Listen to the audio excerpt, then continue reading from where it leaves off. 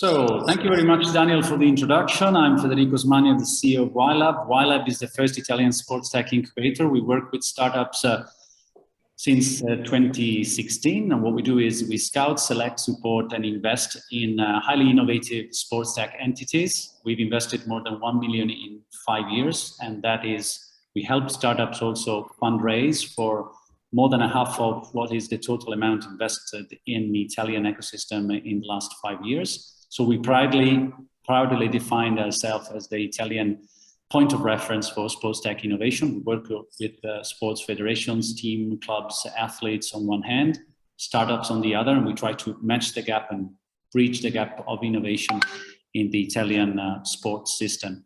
We have a strong football, I would say, football DNA for two reasons. One is because we backed a startup that was founded in the middle of 2000 in Chiavari. It's a small, very beautiful city in the outskirts of Genoa.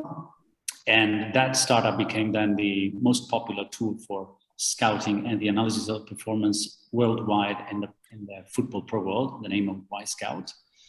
And the other thing is that the owner group purchased and acquired the local football club of Chiavari, Entella, which is now in the professional leagues. And it's a fantastic test bed for us for trying all the application and technologies that we want to bring to the Italian market and Italian football market. We are partnering with some organizations worldwide, especially in the area of sports tech. And one of these is Colosseum Sports, our friends of Israel. So we are really happy to be here and facilitate this session, which I entitled the Italian Football Renaissance. And the reason why I thought of this title, maybe it's a bit too optimistic, but it's because for, I think, 3 reasons plus 1.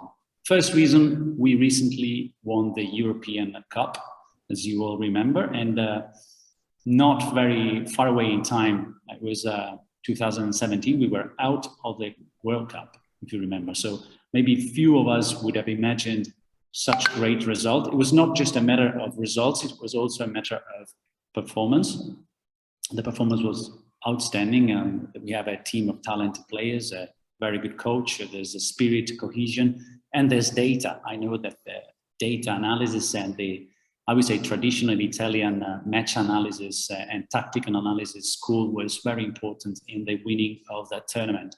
Now we are risking to be out of the World Cup again, but I don't want to be too pessimistic about this, but that's one factor. Second factor is that the Italian Serie A, the main championship, maybe has regained a little bit of competitive advantage and competitive balance, I would say, because Juventus hasn't been able to win the 10th title in a row. Inter was able to do it. So, and we have, I would say, 3 or 4 clubs that can compete to win the league this year. So this is a very good for the Italian football world. Third thing is that we have a new wave of owners coming from other worlds, purchasing Italian clubs.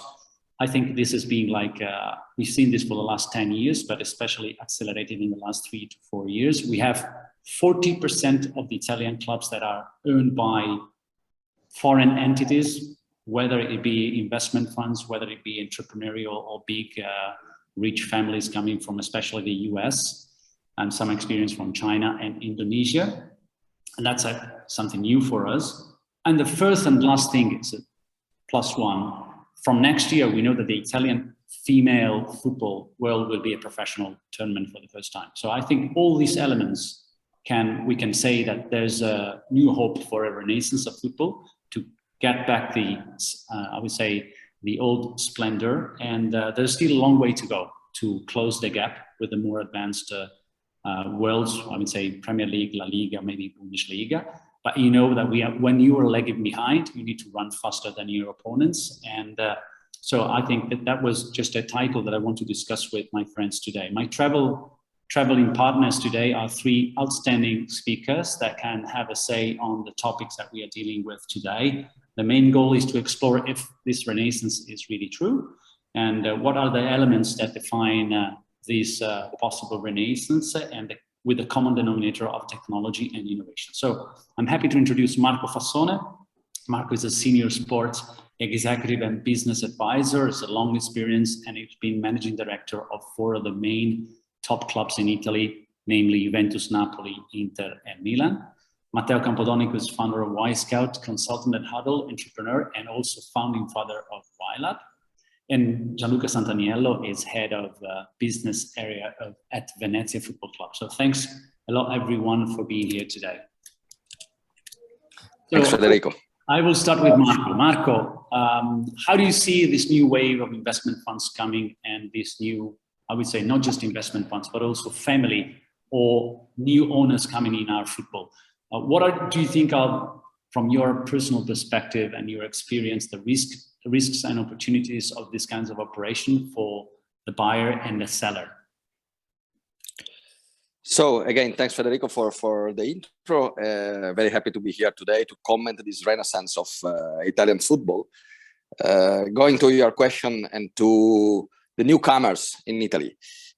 I have to be honest, and I think that 10 years ago, when the first interest coming from abroad was facing our football, myself and a lot of colleagues were really optimistic and positive on the idea to receive in Italy a new wave of new ideas, a new way to manage football, a new way to understand technology, marketing, commercial activities, running the stadia, and so on. And so I see that everybody in Italy has welcomed the international fund, international entrepreneurs, American guys, Chinese guys that wanted to come in Italy and that shown their interest to Italian football. I believe that in this moment, I agree with your optimistic vision of the moment, of the specific moment of Italian football.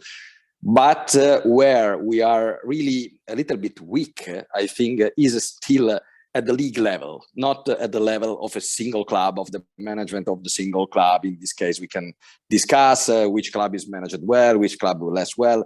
But the real problem of Italy, I think the real gap that we have to fill in comparison with the other countries, the other top countries in Europe in football, is the management of the league, the management of common interest among the Italian club, a long-term vision that is not just the vision to close as soon as possible the next deal of media rights and of TV rights.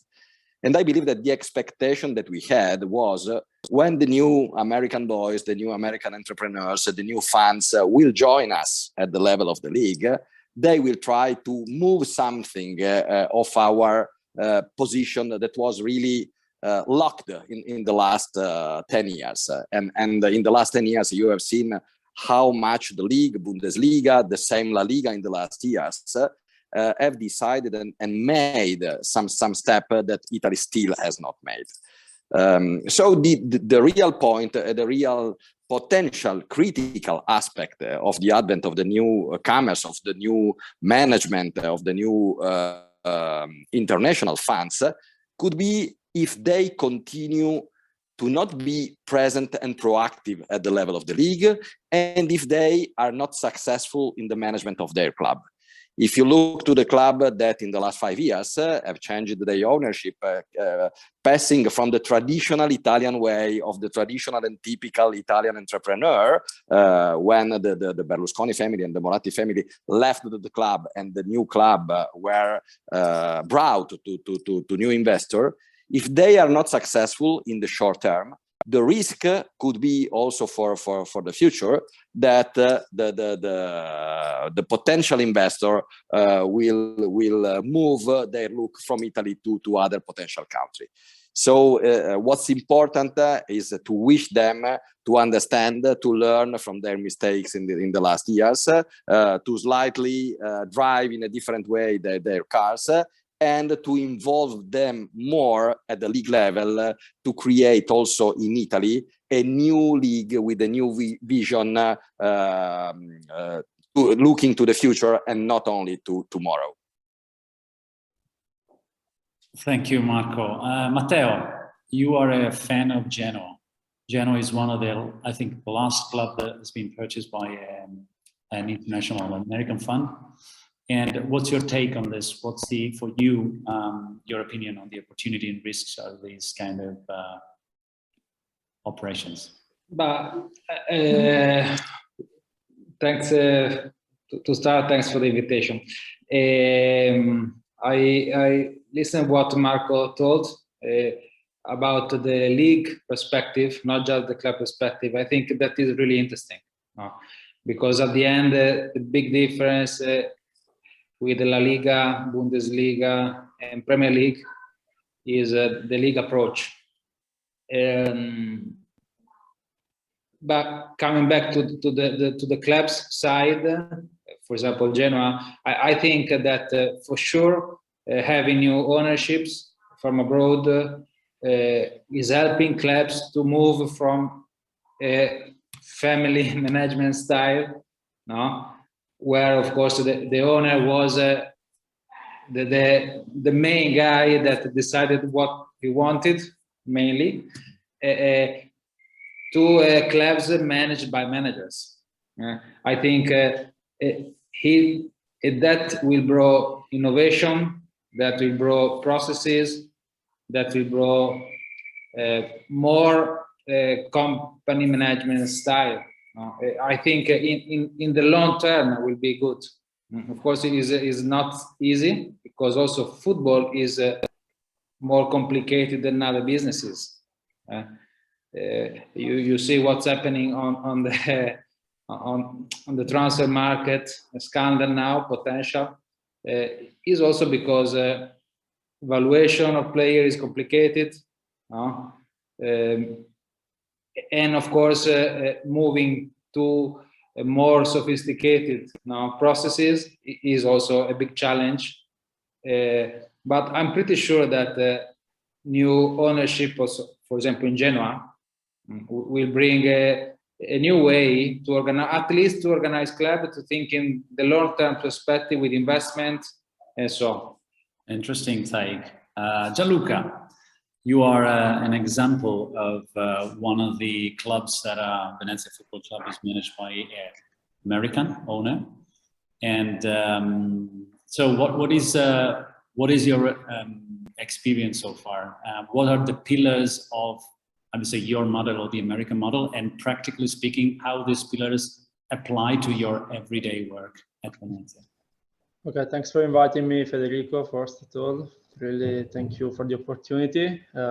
Experience is a strange word when you speak with us, especially when you see my age or the average age of our corporate staff. We as our investors come from other worlds. We come from the finance, consulting, and sustainable innovation world. So we don't have a strong experience in the football business.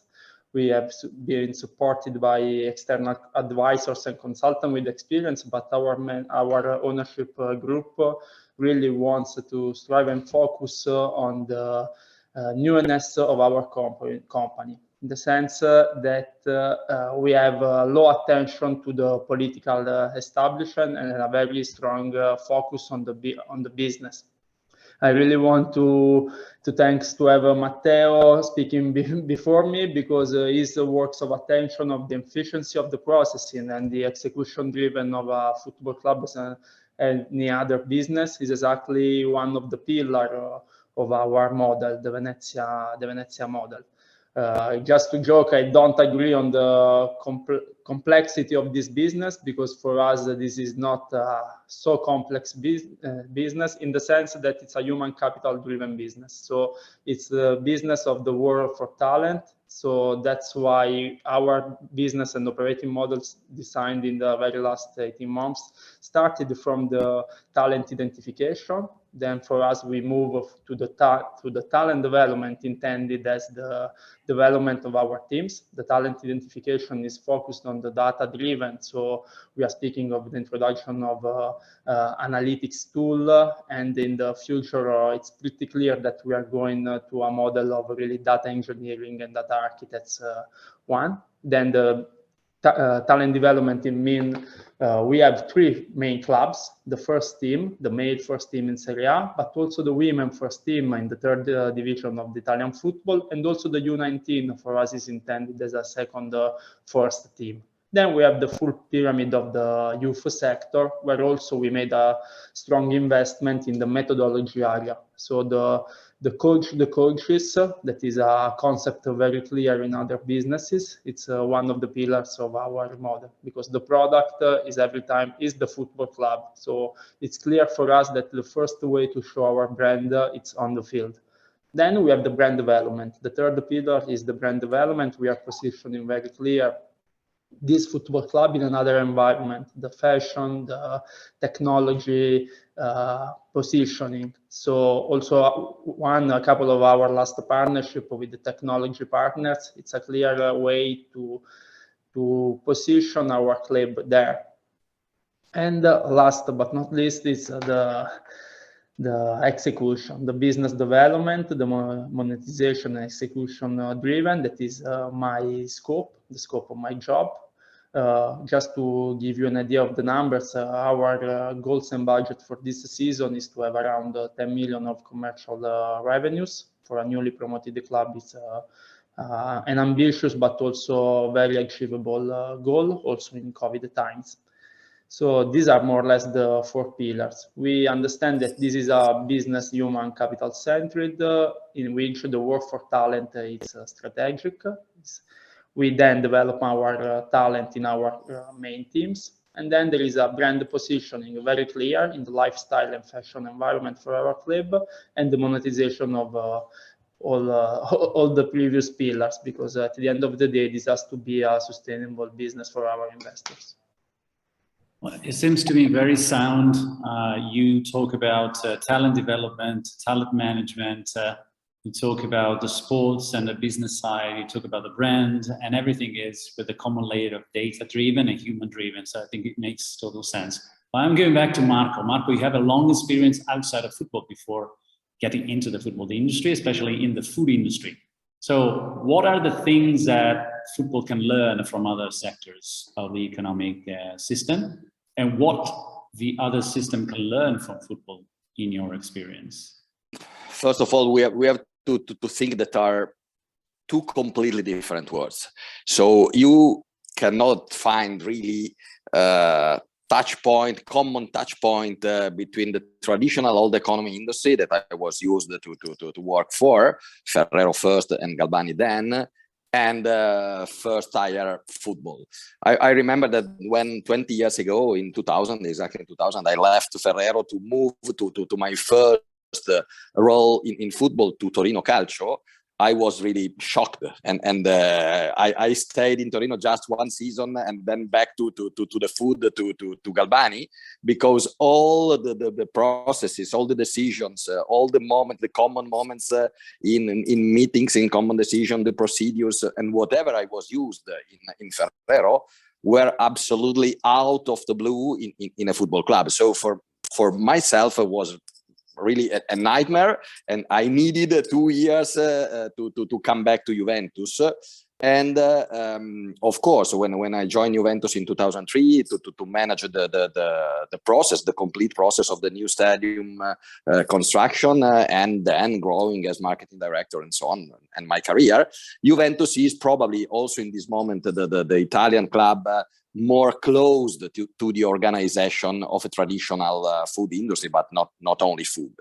So what is the key difference? The key difference is that in big companies, in other sectors out of the sport business, you have a traditional line of processes that drive the key decision of important investments. The important investments in an old economy traditional industry are tangible assets. So traditionally, production lines for the production of food, of chocolate, in my case, in my experience, the decision go to the market with new products or to implement existing products with the new lines, new flavors, or whatever. All of these is a long-term process. So that requires 2 or 2 years of marketing researches, decisions, step back, and so on. In football, as you know, the real investment are intangible investments, because the great cost in football are investment in players and salary of the players. But there is not at least in the clubs that I have run, that are first tier clubs, there is nothing that is similar to the process that is used in a food industry.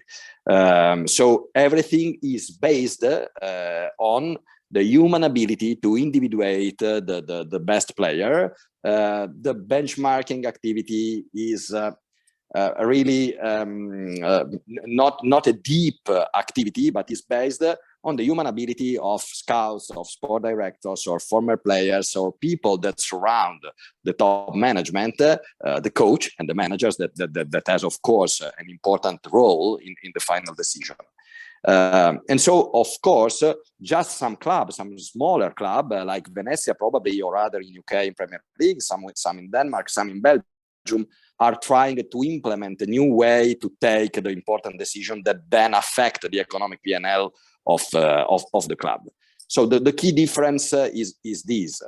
What I believe that maybe if I have to individuate one thing that the traditional old economy industry has to learn from football, maybe is the quickness of the decision. Sometimes the traditional industry need too much time to go to the market, too much time to take decision, too many meetings, too many tests. Every time is no, but take one other month to be sure that that product is. And in our world, in football world, we need 1 hour to say yes or not, because there is another club that wants that player. And so the number of people that are able to decide are 2 or 3 by phone and so on. So maybe the only thing I can suggest to the traditional industry is to be a little bit quicker, and football on the opposite side, in my view, needs to learn a little, really more from the traditional industry. Absolutely, and I think we are a little bit too quick in football sometimes to take decision. We take decision a little bit on guts, and we should consider data and a more kind of an objective process in taking decision. But this is my take. Matteo, this allows me to get to the second question to you. You've seen football organizations in the last 15 years with Wyscout. You've seen organization in Italy, and you've seen organization all over the world. What do you think? How do you think, if we can close the gap between the best organization you've seen, if possible, and we know that it's a league system as well, and how can we do that for the Italian system? Of course, when we started Wyscout more than 15 years ago, the gap was really big, in particular versus some countries, UK first. Then La Liga clubs moved very quickly, supported by the league, not individually, but it was La Liga that helped clubs to move forward, Bundesliga too. I think that globalization took a role here because, of course, because of the ownership, but also because of now it's everyone talks English. when we started, for us was difficult now because we couldn't talk with clubs. Clubs couldn't talk each other. Now, it was very rare that a sport director in Italy had the chance to meet face to face a sport director in UK, in Spain, in German. And also the I don't know, the industry was a bit closer, country by country. Today is one word. So I think that all of us visited clubs everywhere, visited training grounds, visited stadiums. Now the level of stadiums all around Europe is crazy. I remember 10 years ago when I went to Ferencváros Stadium, I was shocked because I thought, oh, fuck, there's no stadium in Italy like that. Ferencváros, okay? So, and there are small clubs in Europe with unbelievable training grounds. So I think that the models are aligning. I think that now the models of organization are pretty similar. There are a lot of conferences. you can open the web and listen some executive in Europe that talk about this clubs organization. You can watch. So I think that the models now are more similar. I think that will be the challenge also in the future, because of course, in terms of, for example, I came from scouting. We started from video scouting. When we started with our video platform, a lot of people told us, hey guys, it's impossible. Player must be seen at the stadium. Okay. After years and years, of course, there are a lot of players that can be bought just by a video scout. Of course, it's not the best option, of course, but it happens. But today, after 5 years, we started introducing data. After video, data. When we introduced data, most of the clubs told, hey guys, we are not basketball, we are football. Okay, so don't talk about data. You cannot talk about data in football. Now there are many clubs that are adding data scientists that go together with the sport directors, with the other executive, and helps to take decisions. I'm not saying that you can buy a player just watching data and video, okay? But I'm pretty sure that in 10 years, 5 years, 100% of the top tiers club will have a data scientist that will support any decision. Today's coaches can be evaluated by data. There are the data quality improved a lot. No? So there is a gap now. So there is as Marco told, most of the big clubs still doing traditionally all around Europe, probably Liverpool apart. But small clubs started implementing data system analysis. It will be interesting because what will be the next challenge to win? Because at the end, talent acquisition, talent identification, today can be done differently. I completely agree with Gianluca. There is a space to make the difference now. Oh, I totally agree as well. And I'm going back to Gianluca, asking you, what's the role of technology in all this? I mean, and especially from an American, let's say, kind of approach, which we know that they're very sensible and sensitive to technology. What's the role of technology or in your everyday work and in your strategy from a talent perspective and business perspective, especially with fans and data? So first of all, I think that the American approach is something that you can really touch here. And I want again to refer to the words of Marco and Matteo, because Matteo spoke about the importance to open the web, looking, scouting, feasibility analysis. These are the step 0 of every work and project that we move on. It's not a benchmark, a matrix of positioning. It's not just a consulting tool for us. It's something real that you can touch. We start every project with a benchmark. This is with the benchmark from the sport business or from other businesses, as you can understand. We are opening a store in Venice now that is not a store, more or less will be a boutique. So it's a clear reference to fashion, for example. But the American approach is something that for us means to be conscious that we are the newly promoted club. We have to learn a lot. And technology is, first of all, a support tool in that feasibility analysis phase and benchmarking. When we can visit a place, a stadium, a partner club, a friend, we do it. We move, and sometimes it's pretty sad when we move around Europe, also in Italy at the congresses and conventions, because we are sometimes alone as Italian clubs. also in events performed in Italy. It's pretty strange, but we are a bit lonely in this kind of position. This is also a critical advantage factor for us. And then for us, technology, it means also, as Marco suggested, an insight-driven management. So in football, especially in the sport area, it's clear, yes, fast decision-making is something that you need to win the war for talent.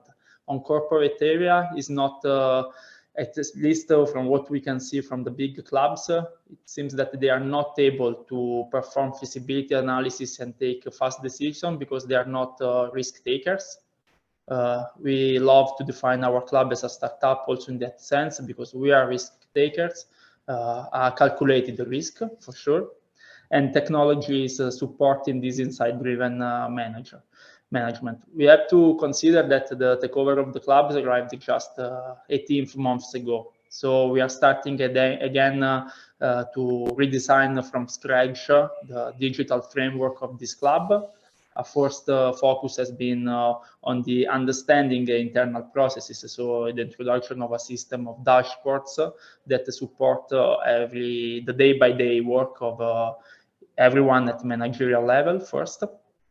And in terms of technology, the trend, the focus for the future, but future means tomorrow, it's for sure a user experience. So our fun experience has to be user experience in this technology, and digitization programs can help us in football as everyone else in other businesses. Thank you very much, Gianluca. We have very little time left, so I would ask Matteo and Marco just to close with your take on how do you think innovation in technology, and especially startups, you both work with startups.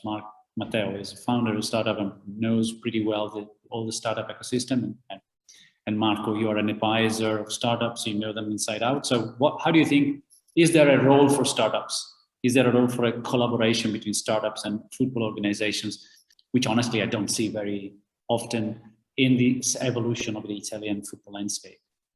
Okay, if I want, I start just with my personal vision. So what I've seen in the last 6 months, where I'm trying to work and support and advise some startup that tries to launch new products, mainly new services dedicated to football, to professional football, to amateur football, is this. I think that there is a need at the end of the day. The clubs need to find reliable system, reliable services. In the last years, there was an invasion on the desk table of the management in football of lot of proposal, lot of data coming from different sources, and it's already complicated for the culture of the sport management to digest and to understand this new wave of new products. I believe, and I see that somebody's trying to do that, that if we are able to connect the new system, to prepare, like Gianluca was saying, something like a dashboard for the sport director, where they can have a common vision of the data driven in one only look. And if the general management, the business manager of the club, try to have a more close cooperation with the sports sector, what I have seen is that there is a division within the clubs, where the management, the business management, sometimes the owner is going in one direction, the football manager and the sport director are going in a different direction. There is not enough communication, and it's very complicated and difficult to achieve the common result. I believe that one of the role of this new startup could be to try to put at the same table these different managers coming from different cultures that are not only a culture coming from the studies, but also maybe from the country where are you coming from, helping them to improve the system of taking decision of today.